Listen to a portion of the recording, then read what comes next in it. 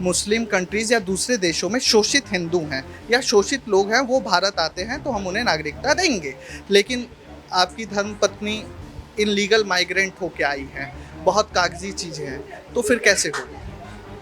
मैं रिक्वेस्ट करूंगी सर कि मुझे दे दें, क्योंकि मैं पाकिस्तान से तंग होके आई हूँ। वहाँ मैं खुश नहीं थी, मुझे यहाँ की नागरिकता दे दें।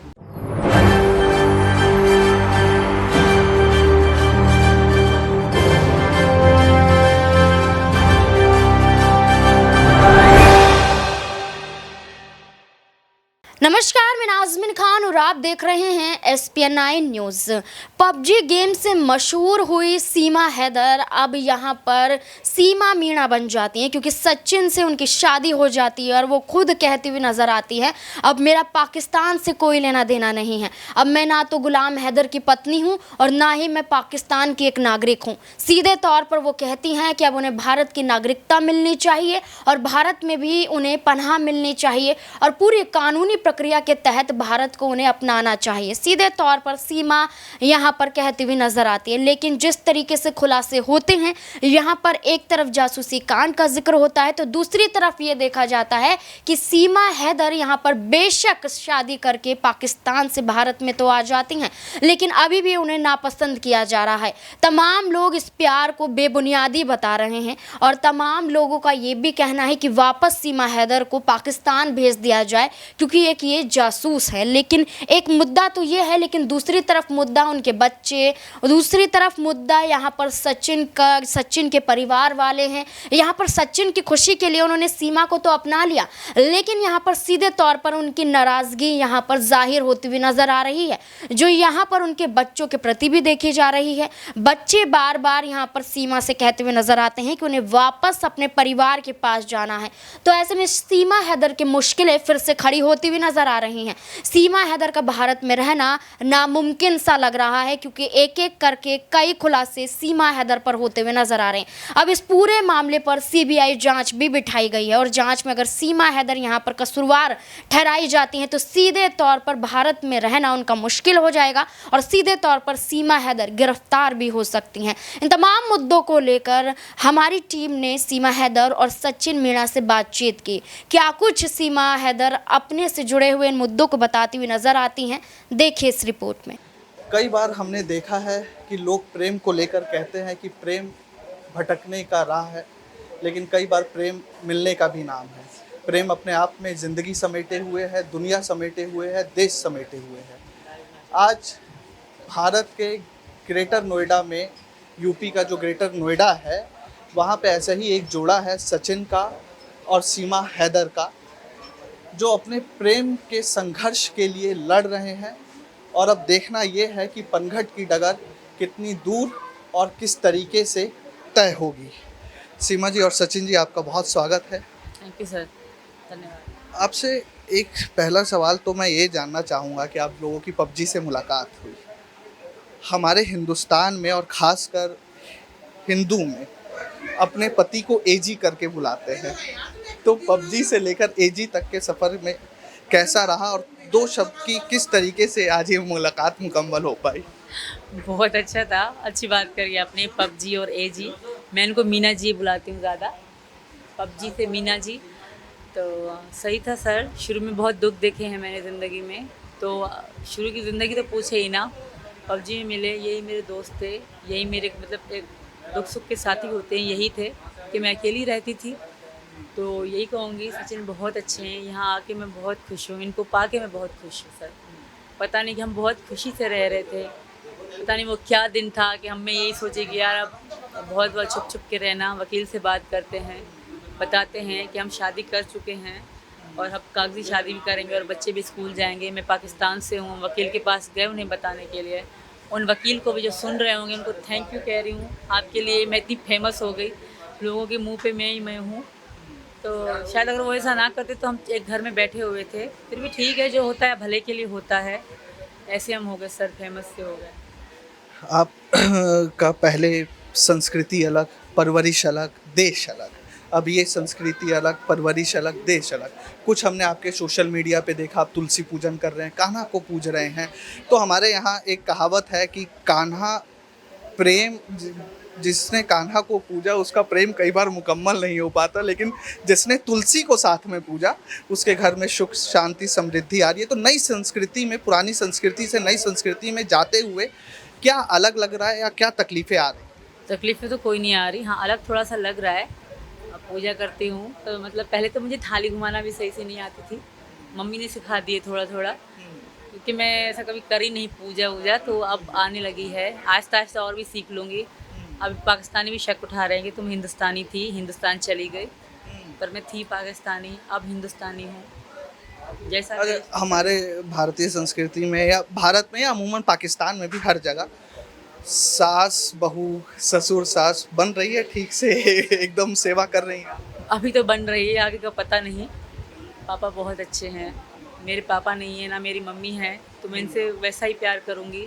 अगर कभी इन्होंने डांट भी दिया तो मैं कुछ नहीं कहूँगी, क्योंकि मेरे मम्मी पापा नहीं हैं। मैं चाहती थी काश मेरी माँ होती और मुझे डांटती, मुझसे लड़ती, मुझे समझाती, तो अब मैं इनको अपनी माँ ही समझूंगी। अगर कभी इन्होंने डांटा तो मैं प्यार समझूंगी। जी सर, जी सर। अच्छा, अब थोड़ा सा जो सवाल जनता के मन में उठ रहे हैं। अच्छा सचिन बाबू, पहले तो ये बताइए, खुश हैं आप? और एक दूसरे देश से दुल्हन लेके आए हैं। अभी तक तो सानिया मिर्ज़ा की बात होती थी कि सानिया मिर्ज़ा को शोएब मलिक लेके चले गए, आप ले आए सीमा को। जी सर, बहुत खुश हूँ मैं, बहुत खुश हूँ। खुश हैं? कोई तकलीफ आ रही है? अब देखिए मीडिया का जमावड़ा लगा हुआ है, मीडिया आ रही है, रोज़ आपको बातचीत करनी है, तो निजी ज़िंदगी कहीं ना कहीं दब गई है इस सब के बीच में। जी सर, परेशान तो है ही। खैर एक भी मिनट का ना खाना खाने को टाइम मिल रहा है, ना ठीक से सो पा रहे हैं यहाँ पर मीडिया। नौकरी भी चली गई इस सब के बीच। हाँ भाई, जब यहाँ से फुर्सत दिन में मिली नौकरी पे तो तब जाऊँगा। नौकरी चली गई, सरकार की तरफ से सरकार की तरफ मदद नहीं कर रहा इनकी, ना कोई सपोर्ट कर रहा है। सब पूछने वाले हैं, सब अपना काम करते हैं, कोई भी नहीं पूछता कि तुम्हारे घर में कुछ है कि नहीं है, कि पापा भी घर पे हैं, ये भी घर पे हैं, इनके कमाने वाले ये और इनके पापा हैं, मजदूर लोग हैं, तो कोई भी नहीं पूछता कि तुमने कुछ खाया कि नहीं। सब अपना मतलब निकालते हैं, हमें इंटरव्यू लेना है, हमें पूछना है, हमें पूछना है। किसी ने भी हमसे नहीं पूछा कि आपके घर में कुछ है कि नहीं, आप लोगों ने क्या खाया कि नहीं। हर कोई अपने मतलब से मतलब रख के जा रहा है। लोग मतलब के लिए आ रहे हैं। अब कुछ सवाल सचिन बाबू थोड़ा सा ऐसे हम कर लेते हैं जो जनता के मन में उठ रहे हैं और जनता को साफ साफ उसका जवाब भी मिल जाना चाहिए। सवाल आपके सामने बहुत बार आए भी होंगे, लेकिन मैं थोड़ा दूसरे तरीके से आपसे पूछ लेना चाह रहा हूँ कि जैसे आपकी जो धर्म पत्नी है सीमा हैदर जी, पाकिस्तान से प्रवासी होकर आई हैं, अभी नागरिकता नहीं मिली।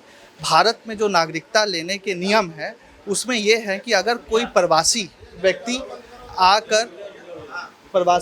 आकर यहाँ पर शादी करता है तो वो 7 साल बाद नागरिकता ले सकता है, लेकिन अगर लीगली आया है तो अगर इनको नागरिकता नहीं मिली तो कैसे होगा? तो सर मैं हाथ जोड़कर प्रार्थना करता हूँ मोदी जी से और योगी जी से कि हम उनके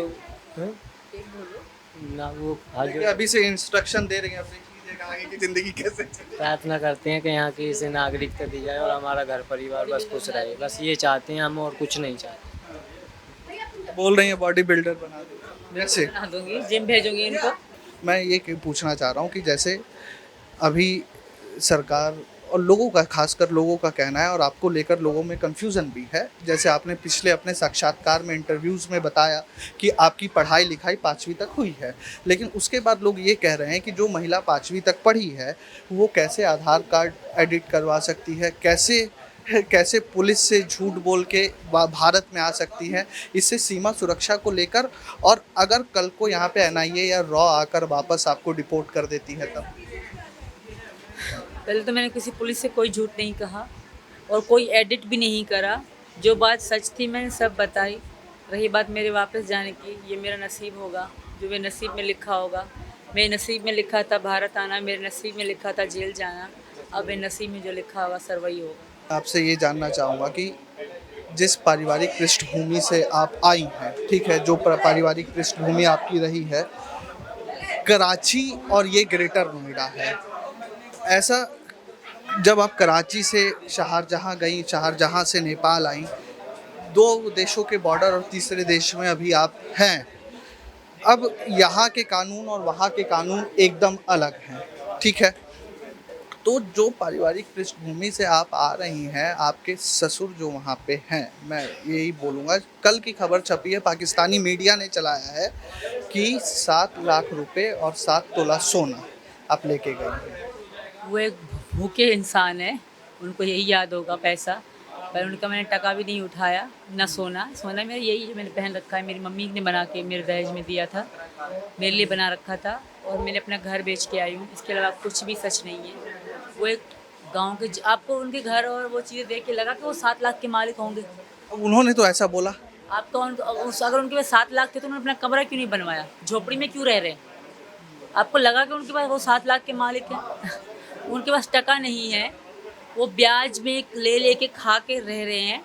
और ब्याज भी किससे लेते हैं? वो हिंदू ही है वहाँ पे जैकमाबाद सिटी में, शहर में हिंदू लोगों से ये ब्याज ले के हिंदू कौम का वहाँ पे खा रहे हैं। ये अमीर जान हाजी जो हैं, मुझे पर्सनली पता है, वहाँ पे जो ब्याज वगैरह या कुछ लेना देना होता है तो हिंदुओं से ही लेते हैं, क्योंकि वो जो जैकमाबाद के हिंदू हैं थोड़े पैसे वाले हैं, तो उन्हीं से ले के खा रहे हैं। तो कोई उनके पास पैसा नहीं था सर, वो पता नहीं कितने लाख का तो कर्जी है। लोग उनके घर में हर महीने भागे भागे आते हैं। ये सिर्फ ड्रामा है और कुछ नहीं सर। अच्छा, आपकी जो शिक्षा हुई है 5वीं अब तक आपने पढ़ाई की है, और 5वीं तक पढ़ाई करने के बाद इतनी बेहतर, मतलब कि लोग बोल रहे हैं, हमने तो सुना नहीं कि बेहतर आप इंग्लिश बोल ले रही हैं, चीज़ें लोगों को समझा पा रही हैं, या इतना ज़्यादा आप मीडिया फ्रेंडली है, कैसे बिना कोई घर में अभी तक रहने वाली महिला ये कर पा रही है, कैसे कर पा रही है? ये मेरी ज़ाहिर से सच है, मैं सच बोल रही हूँ, इसलिए बगैर घबराए बोल रही हूँ। और दूसरी बात, ये मेरे साथ हैं तो मुझे इतनी टेंशन नहीं है। जब मैं जेल में बोलती थी तो मुझसे बोला नहीं जाता था, रो के बोलती थी, क्योंकि यहाँ इतना खौफ था तब। फिर उन्होंने मुझे विश्वास दिलाया, तुम सच बोलोगी तो तुम्हारी जीती होगी। तो इसलिए मैं सच बोल रही हूँ, इसलिए कोई डर नहीं है मेरे मन के अंदर। मरना एक दिन सब ने है सर, पर मैं बेगुनाह ऐसे गंदी मौत नहीं मरना चाहती। एक दिन मौत मुझे भी आनी है, आप सब हर किसी को मरना है। जब मेरे पापा थे वो भी चले गए, दुनिया में कई लोग आए हैं चले गए हैं, मेरी भी मौत होगी एक दिन, पर इस तरह की मौत मैं नहीं चाहती। मैं यहाँ अगर मौत आती भी है, मैं यहाँ मरना चाहूँगी, पाकिस्तान जाना नहीं चाहती। और मैं सच ही बोल रही हूँ, इसलिए मुझे कोई डर नहीं है। अगर एक बात मैं आपसे ये जानना चाहूँगा कि अगर कल को पाकिस्तान एम्बेसी से लोग आते हैं यहाँ पर, जिसकी पूरी उम्मीद है पाकिस्तान एम्बेसी से, क्योंकि इनलीगल माइग्रेंट हुआ है, पाकिस्तान एम्बेसी भारत सरकार को रिक्वेस्ट डालती है कि आप इनको भेजिए, हम डिपोर्ट कर रहे हैं। उस समय सचिन जी, आप एक पति के रूप में आपकी क्या प्रतिक्रिया रहने वाली है, और आप अपना भविष्य अब कैसे देख रहे हैं? सर, पहले तो मैं ये विनती करूँगा कि ये यहाँ से नहीं जाए, और हमारी हाथ जोड़ के प्रार्थना है कि ये सब ना हो। और मेरी विनती बस यही है कि ये यहीं पर रहेगी और यहाँ की इसे नागरिकता दी जाए। बस जाने की तो मैं बात ही नहीं कर करना चाहता, इसे भेजना। उम्र का भी एक बात निकल के आ रही है कि आप 28 साल की हैं, सचिन जी 21-22 साल के हैं लगभग, तो कैसे? मैं 23 साल का हूँ, ये 27 साल की है, लेकिन एक 4 साल का फर्क है, कैसे मसला? पाकिस्तान में 10 से 15 साल के फ़र्क में भी शादियां हो रही हैं, तो 4 और 7 साल का फ़र्क मेरे ख्याल में बड़ा नहीं है सर। जी सर। अच्छा, एक चीज़ और आपसे मैं जानना चाहूँगा। दूसरी बार आप सीमा हैदर मत बुलाए बार बार, इस बात से इनको चिढ़ हो रही है, प्लीज़। नहीं तो अभी जैसे चीज़ों को लेकर अभी शादी, कोर्ट मैरिज अभी हुई नहीं है, धर्मांतरण अभी हुआ नहीं है, तो कैसे कर? कबूल है, शादी है तो ये मेरी मांग भर रही है, फेरे खाएं, वो शादी नहीं है। इनका मंगलसूत्र मेरे पास है, क्या ये शादी नहीं है? और जब मैं उनको पति मानती नहीं हूँ तो ज़बरदस्ती आप मेरा पति बता रहे हो। जैसे कि आपने सुना, सीमा हैदर बड़े प्यार से कहती हुई दिखाई देती हैं कि वो सचिन के लिए आई हैं और सचिन के साथ ही रहना चाहती हैं। यहाँ पर बेशक वो उम्र में बड़ी हैं, लेकिन सचिन से वो बेहद प्यार करती हैं। लेकिन ये प्यार जब यहाँ पर एक तरीके से जांच के रूप में देखा जाए और बिना वीज़ा के भारत में घुसने को देखा जाए, तो सीधे तौर पर कानूनी कार्यवाही तो होकर रही है। वैसे में CBI जाँच चल रही है, और CBI जाँच में अगर सीमा सीधे तौर पर कसूर कसूरवार ठहराई जाती है तो यहाँ पर उनके खिलाफ एक्शन भी लिया जा सकता है और दोबारा गिरफ्तार भी हो सकती हैं। तमाम मुद्दे को लेकर आपकी क्या राय है, कमेंट बॉक्स में ज़रूर बताएं। धन्यवाद।